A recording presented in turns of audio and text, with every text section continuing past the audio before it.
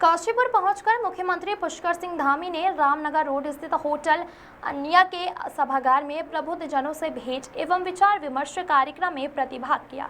कार्यक्रम में मुख्यमंत्री ने कहा कि आज इस सभागार में काशीपुर के डॉक्टर्स, इंजीनियर, शिक्षाविद, अधिवक्ता, उद्यमी एवं व्यापारीगण, समाजसेवी, जनप्रतिनिधि एवं विभिन्न क्षेत्रों से जुड़े प्रबुद्ध जन उपस्थित हैं।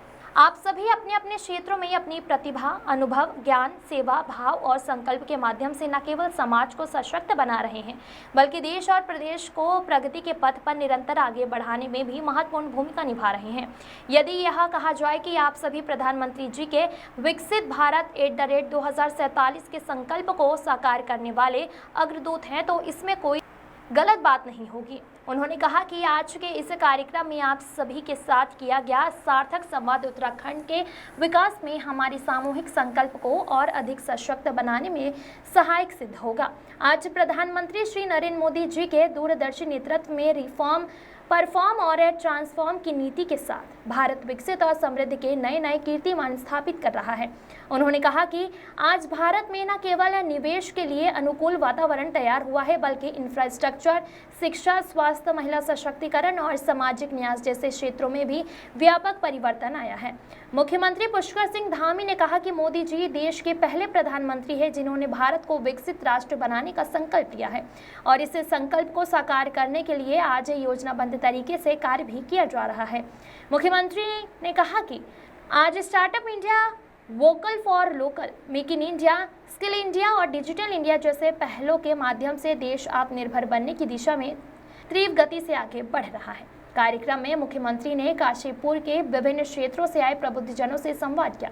उन्होंने कहा कि इस नए कार्यक्रम की शुरुआत काशीपुर से हो रही है, जो अब पूरे प्रदेश में चलेगी। प्रदीप श्रीवास्तव की। काशीपुर हमारा बहुत ही ऐतिहासिक और सांस्कृतिक नगर है, औद्योगिक नगर है और एक तरह से जब हम कहीं बाहर से आते हैं तो सबसे पहले हमारा कोई शहर पड़ता है तो इधर काशीपुर पड़ता है।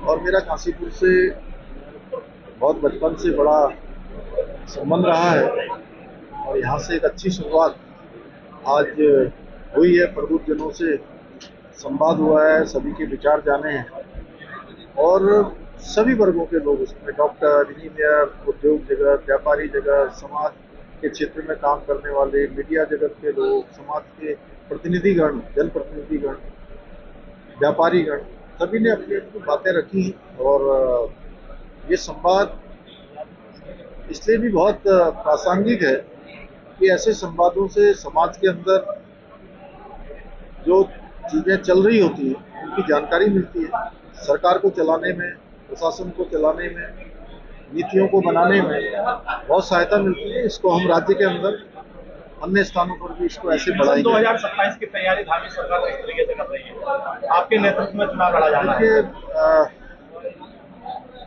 उत्तराखंड की जनता ने हमेशा हम लोगों को आदरणीय प्रधानमंत्री जी के नेतृत्व में अपना भरपूर आशीर्वाद और समर्थन दिया है। चाहे लोकसभा का चुनाव हो, विधानसभा के चुनाव हो, नगर निगम, नगर पालिकाओं के चुनाव हो, नगर पंचायतों के, या अभी अभी हाल ही में संपन्न हुए हमारे त्रिस्तरीय पंचायत के चुनाव हो। जनता की अपेक्षाओं पर खरा उतरना, समाज के अंतिम छोर तक हमारा विकास पहुँचे, शासन पहुँचे, प्रशासन पहुँचे, हमारी नीतियाँ पहुँचे, ये हमारा लक्ष्य है। उसको लेकर हम लगातार काम कर रहे हैं। हमारा संकल्प है कि उत्तराखंड हिंदुस्तान का श्रेष्ठ राज्य बने और उस संकल्प को आगे बढ़ाने के लिए रात दिन काम कर रहे हैं। इस समय पूरा राज्य हमारा आपदाग्रस्त है और ऐसे समय में हम हर एक आपदा में जो ग्रसित हैं, जो पीड़ित हैं, उनके दुख में उनके साथ हैं। हमारा पूरा प्रयास है कि उनका जनजीवन पहले की तरह हो, व्यवस्थित हो, सामान्य स्थिति में आए। हर प्रकार की मदद, हर प्रकार की सहायता, जो हमारे बेघर हो गए लोग हैं, जिन्होंने अपने परिजनों को खोया है, उनको हर संभव सहायता का हमने संकल्प लिया है। हम उसको आगे बढ़ा रहे हैं। ग्राउंड जीरो पर हमारी पूरी सरकार ग्राउंड जीरो पर उतर रही है और सभी अधिकारी, सभी प्रशासन के लोग, हमने उनको भी सभी को कहा है कि ग्राउंड जीरो पर जाकर सबकी मदद करनी है। सर तो सर काशीपुर रोडवेज की दुर्दशा है, वहाँ पर यहाँ काशीपुर के यात्री भटकते रहते हैं जगह जगह। उसको लेकर आपकी परिवहन मंत्रालय आपके पास क्या तैयारी है? उसके लिए नई जगह का चयन कर लिया गया है और जल्दी ही जो है नई जगह का चयन होने के बाद उस पर काम प्रारंभ कर दिया जाएगा, जिससे लोगों को भटकना नहीं पड़ेगा। बरसाती मौसम की बात जो है, गड्ढा मुक्त सड़कों की बात हुई है, तो गड्ढा मुक्त सड़कों को कब तक जो है? नहीं, ये हमारी बहुत प्राथमिकता रहेगी, क्योंकि मैंने आज भी प्रातःकाल जो है बैठक करके सभी अधिकारियों को, सभी जिलों के जिलाधिकारियों को और विशेषकर से हमारा जो पीडब्ल्यूडी डिपार्टमेंट है उनको कहा है कि 15 तारीख तक सभी औपचारिकताएं पूरी कर लें और जैसे ही मानसून थमता है उसके तत्काल बाद गड्ढा मुक्त की कार्रवाई शुरू की जाएगी। देश में आपदा के दौरान आंकड़े जारी नहीं किए गए, लगातार विपक्ष का आरोप है, आपका क्या कहना है?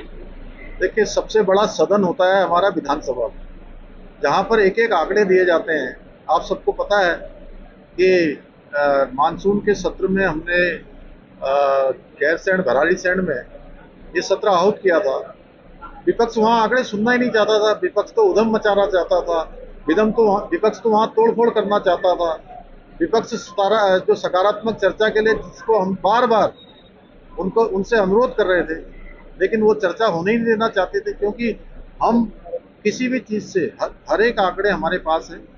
जहाँ पर भी कोई आपदा आई है, कोई घटना हुई है, हम वहाँ पर ग्राउंड जीरो पर रहे हैं और हमने भरसक प्रयास किया है कि आपदा पीड़ितों के साथ खड़े हों। और ऐसे ही आपदा पीड़ितों के लिए, आपदा प्रभावित पूरे प्रदेश के लिए हम सकारात्मक चर्चा करना चाहते थे, जिसमें विपक्ष भी भाग लेता, लेकिन वो राजनीति करने से बाज नहीं आए। उनको राजनीति ज़्यादा अच्छी लगी, इसलिए उन्होंने चर्चा नहीं होने दी।